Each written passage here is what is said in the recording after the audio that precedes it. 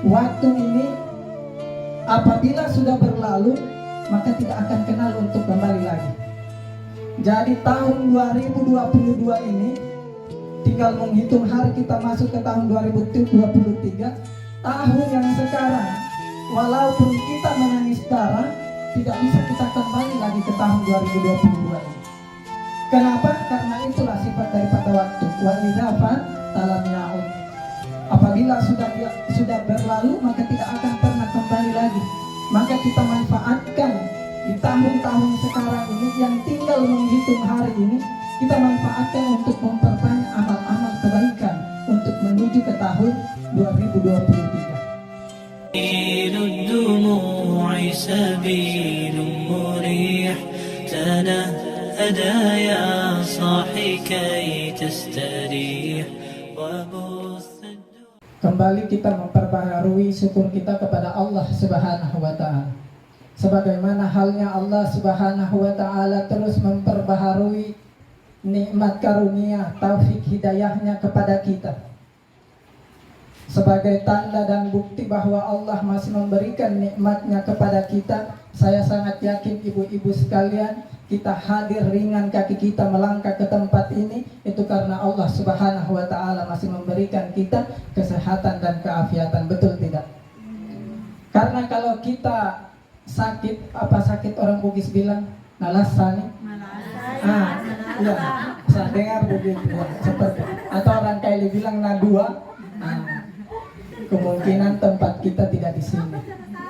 Kalau kita nadua, kita tidak di sini jamaah sekalian. Boleh jadi kita berbaring di rumah karena sakit kan. Kalau parah, naudzubillah, boleh jadi kita berbaring di rumah sakit. Maka alhamdulillah Allah berikan kita kesehatan dan keafiatan pada malam ini, sehingga kita bisa berkumpul di majelis ilmu ini yang insya Allah mendapatkan keberkahan dari Allah Subhanahu wa Ta'ala. Amin ya rabbal alamin. Masya Allah, tadi sudah dibahas masalah ibu. Luar biasa. Semoga kita semua menjadi anak-anak yang berbakti, yang kelak menjadi doa-doa kita menjadikan asbab kedua orang tua kita memasuki surga Allah Subhanahu wa Ta'ala. Karena tadi sudah dibahas masalah kedua orang tua, saya insya Allah tidak panjang lebar. Insya Allah kita akan membahas masalah tinggal 9 hari lagi kita masuk tahun 2023. Masya Allah, tidak lama lagi, tinggal menghitung hari. Maka kata ulama kita, sifat karakter daripada waktu ini ada 2 yang harus kita perhatikan.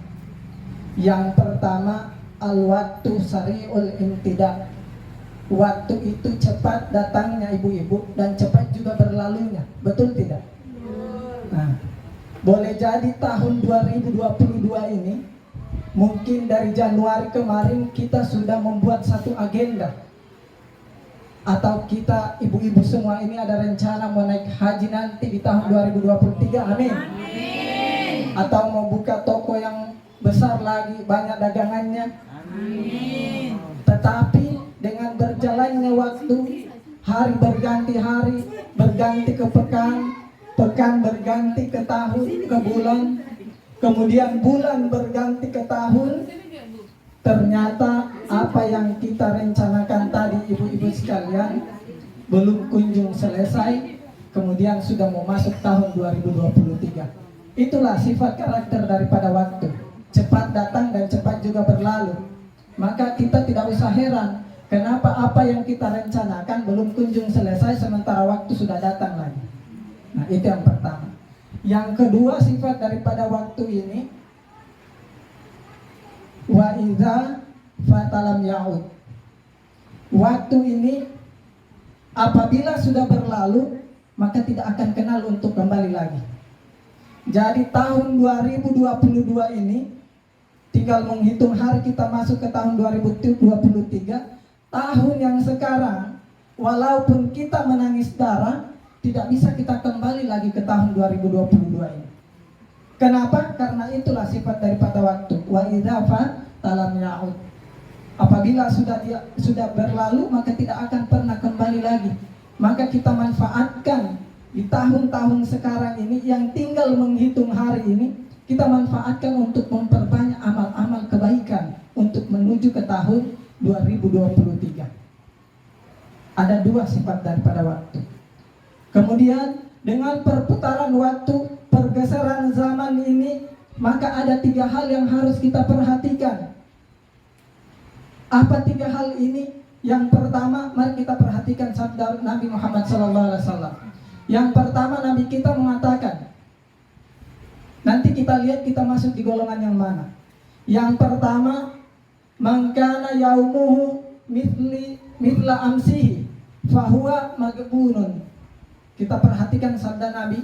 Kata Rasulullah SAW, barang siapa harinya sama dengan hari sekarang ini, siapa harinya hari yang sekarang ini sama dengan harinya atau tahunnya atau masanya dengan yang kemarin, maka Nabi kita memastikan inilah orang yang tertipu. Bergeser waktu, tahun berlalu tetapi amalnya tidak kunjung bertambah, maka inilah Nabi katakan orang-orang yang tertipu. Sudah pasti orang yang seperti ini masuk daripada minal khosirin, orang-orang yang merugi. Semoga kita tidak termasuk orang-orang yang seperti ini. Amin. Kemudian yang kedua, kata Nabi kita, man kana yaumuhu syarra min amsihi fahuwa mal'unun. Siapa orang yang waktunya sekarang ini lebih buruk daripada waktunya yang kemarin, daripada tahun yang kemarin, maka Nabi kita memastikan fahuwa mal'unun. Inilah orang-orang yang akan dimurkai Allah, yang akan dilaknat Allah Subhanahu wa ta'ala. Kemudian yang ketiga, yang terakhir, semoga kita masuk golongan yang ketiga ini. Man kana yaumuhu khairan min mithla amsihi. Siapa orang yang waktunya, tahunnya, kondisinya lebih baik, kondisinya hari ini lebih baik daripada tahun-tahun yang kemarin, maka Nabi kita memastikan fahuwa rabih. Inilah orang-orang yang akan mendapatkan keberuntungan. Inilah orang-orang yang akan mendapatkan keberuntungan yang insya Allah akan diridhoi oleh Allah Subhanahu wa ta'ala. Jadi ada 3 waktu, ada 3 karakter sifat waktu ini yang harus kita perhatikan. Semoga kita masuk di golongan yang ketiga ini. Lebih baik tahun kita sekarang atau tahun kita yang akan datang ini daripada tahun-tahun yang kemarin. Jamaah yang dirahmati Allah Subhanahu wa ta'ala, maka insya Allah tahun kita yang sekarang ini untuk menyongsong ke tahun 2023, kita perbaiki, kita latihan memang bagaimana caranya agar senantiasa keburukan-keburukan kita yang kita lakukan di tahun-tahun 2022 ini tidak akan terulang kembali di tahun 2023. Berhubung ini hari Ibu, jadi kita perbaiki mungkin kesalahan-kesalahan kita kepada orang tua pada tahun ini, jangan lagi terulang di tahun-tahun yang akan datang. Minta maaf kita, minta maaf memang pulang dari majelis taklim langsung kunjungi, tidak perlu menunggu lagi hari raya Idul Fitri atau Idul Adha. Kalau masih hidup orang tua kita, kunjungi mereka, minta maaf, perbaiki kesalahan kita kepada mereka. Karena orang tua ini, jamaah sekalian, ibu-ibu yang dirahmati Allah, orang tua ini adalah orang yang pandai berdusta. Itu ibu kita. Kenapa saya katakan pandai berdusta? Kalaupun dia lapar, kemudian kita juga posisi lapar, kita tanya ibu kita, apakah ibu lapar? Pasti mereka menjawab, tidak, ibu kenyang. Makanlah apa yang kau makan. Kenapa ibu kita berdusta? Dia rela dia lapar, rela dia berbohong agar supaya anaknya bisa kenyang. Ini ibu kita. Kalau kita ketemu ibu kita, kita lihat raut wajahnya seperti dalam keadaan kurang sehat, dalam keadaan sakit, coba kita tanya, apakah ibu sakit? Pasti jawaban mereka tidak, ibu sehat, ibu baik-baik saja. Ada yang seperti ini, ibu kita ini pandai berdusta. Cuma kadang-kadang kita ini ibu-ibu terlalu bodoh memahami dusta seorang ibu. Banyak yang seperti itu. Padahal dia memang sakit, dia memang lapar, tapi kita karena terlalu bodoh memahami dusta ini, kita anggap dia memang sehat, kita anggap dia memang kenyang, padahal dia lagi sakit. Oleh karena itu jamaah sekalian, kalau masih hidup orang tua kita sekarang, berbaktilah kepada orang tua. Sangat rugi anak apabila dia masih mempunyai kedua orang tuanya, kemudian ketika dia meninggal dunia dia tidak masuk surga.